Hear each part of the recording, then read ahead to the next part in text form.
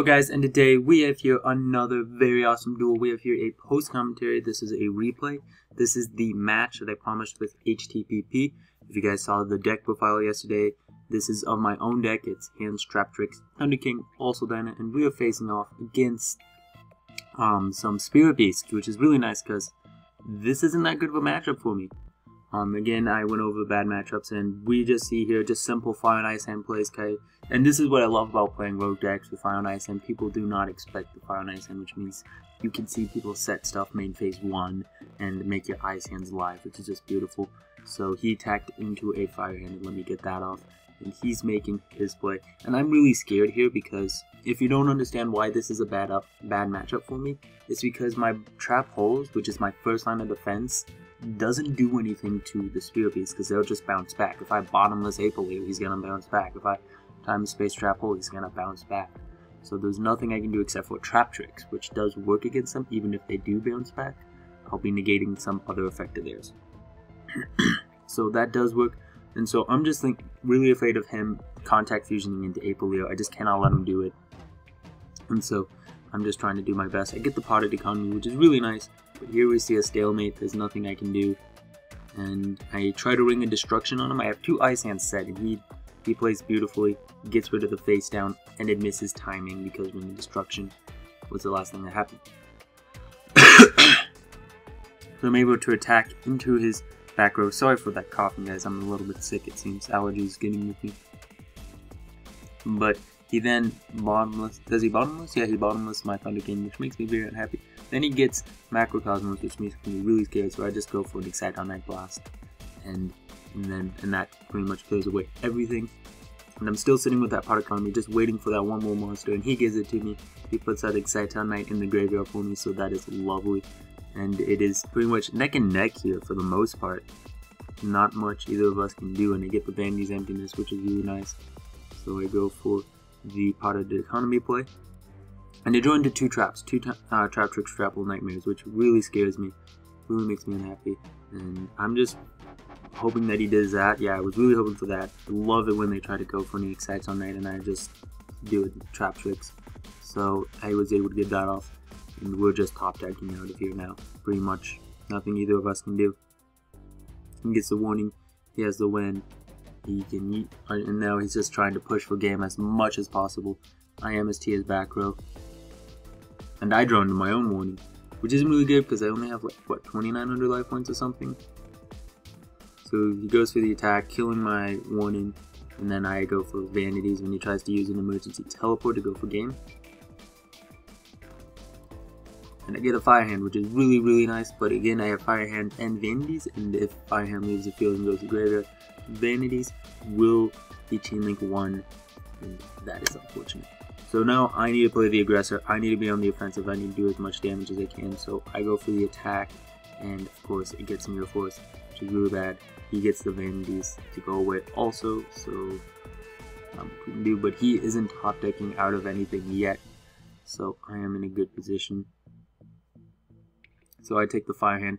I'm figuring like that's the most powerful monster I have in my graveyard, so I might as well take it. He Fiendish Chains it, and then I summon False Dyna.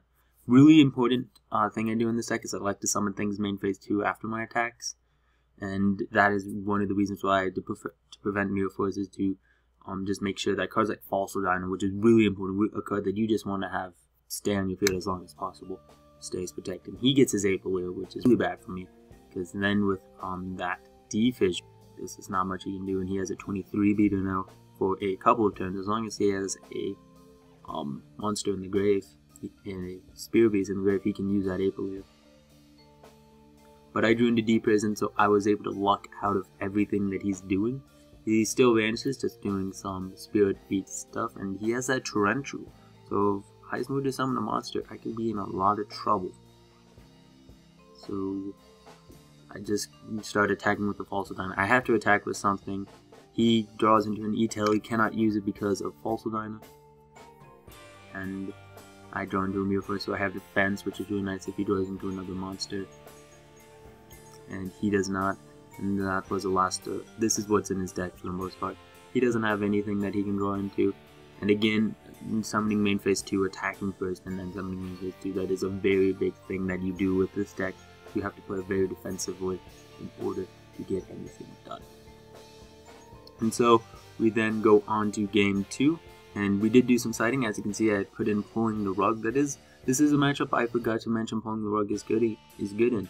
Pulling the rug is really good in this matchup for the Wen and Laras.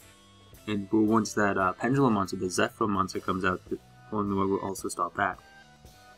And so I open up decently. I get a Mamilio, but he Fiendish chains it. I only have 3 trap holes in my deck, so I was really glad I opened up with 2 Mamillos, because I sided out both 1 time space and 1 trap tricks. And he has that War Decree, and that just scares me. I'm just like, I don't know what to do now. But I still have my Fire and Ice hands, and I have Fire Hand in my hand, so I am pretty okay. I feel really, really good at this point. And he is just trying to put in as much damage as he possibly can right now. Well, he has that War Decree, but he has a 16 and a 14 meter. If only that Rope Rampengu was a 17 meter, then I would have been able to completely get rid of his field. Unfortunately, I cannot. So I get the Ice Hand, which means I'm in a position to destroy that Fire Hand if he tries to do anything. But he gets the warning, which makes me really curious as to how he sided. Like, why would you leave traps in your deck? How many War Decrees did you side into? Like, this is stuff you shouldn't have been doing. Because although I do believe we both have warning right now on my side of the field and on his, so I summoned Mamilio thinking, okay, he has Decree, so he can't do anything. And then I MST because I figure out it's warning because Devro kind of reveals that. And then I make Castel, and he goes for the Spear Beast play while War Decree is still face up on the field, which means I cannot negate it with my warning. That would be really, because then I just lose 2,000 life points. So he goes for Lara. I use Pulling the Rug. I want to save my warning for when he actually goes for a Contact Fusion, so that way I can negate it and he banishes 2 monsters and sends a monster from his extra deck very good. And so I'm really trying to play very carefully in this matchup because I don't want him to do anything too stupid. I set the Falso Dino because I figure it will destroy the Lara, who has 2,000 defense and isn't letting me attack over her. He doesn't draw into anything, so I'm able to flip up the Falso Dino and just destroy all other monsters on the field, which is really nice. And I have Vandy's Emptiness, so there is pretty much no special summoning that's going to be going on for a while. And then I should have warning this guy because I kind of figured after I let it go through that he had a face down, Steeds or whatever. And then he gets Macrocosmos, he switches to defense position. I have full back row and I'm just drawing into trap cards, which is just awful and can happen every now and then. You have to be careful about setting all cards in your back row because this will happen, and many times I will not. Specifically when I side in cards like Mind Crush, which I do believe I sided in against this matchup. I cannot remember if I did or did not. But I am able to get that denied. What's her face? Whatever her face. Trap Tricks Denayo. And I just make my MVP the 25 year that he is. Garkodon Dragon. Top taking Diona can be just really life saving because it just lets you pop back row and then go for that play, and he just quits at this point pretty much. There's nothing left that he can do. He drew into Royal Decree. It is GG. Because I just activated Call of the Haunted. I'm gonna pop his stuff. There's nothing he can do. And so that was a matchup. It wasn't the most meta matchup, but hey, Ritual Beast did get to what, top 32 in YCS? Yeah, I think it was top 32. If it wasn't, then it was top 16 at YCS Chicago. So that is something decent for Ritual Beasts. And I was able to play very decently. So it is a deck that I might face at regionals. I've been facing a lot of different decks. I love to face the Talonites, because as long as I can keep them from making trigger, Fire and Icing can just wreck them. Deepers and just all those traps like Trap Trick, Trap Hole can just be really, really bad for them. And so, of course, there is a lot of other matches up. And I have lost with this deck against every deck. I've won against every deck. I've lost against every deck. So again, I expect nothing out of this deck. So now that you guys have seen a match, fortunately I didn't get to see siding because I didn't want to record it live. I felt that would be way too bad just to do an entire match. So yeah, so hope you guys enjoyed this video. Tell me what you guys think of this deck now that you've seen a match. Do you think this is a really stupid deck, Or do you think it's a really interesting way deck to run this format? I really think that if Molotov was at 3 this format, that hats would be a really big thing this format. So just again, tell me what you guys think down in the comment section below. Thank you guys for watching. See you guys later. Bye.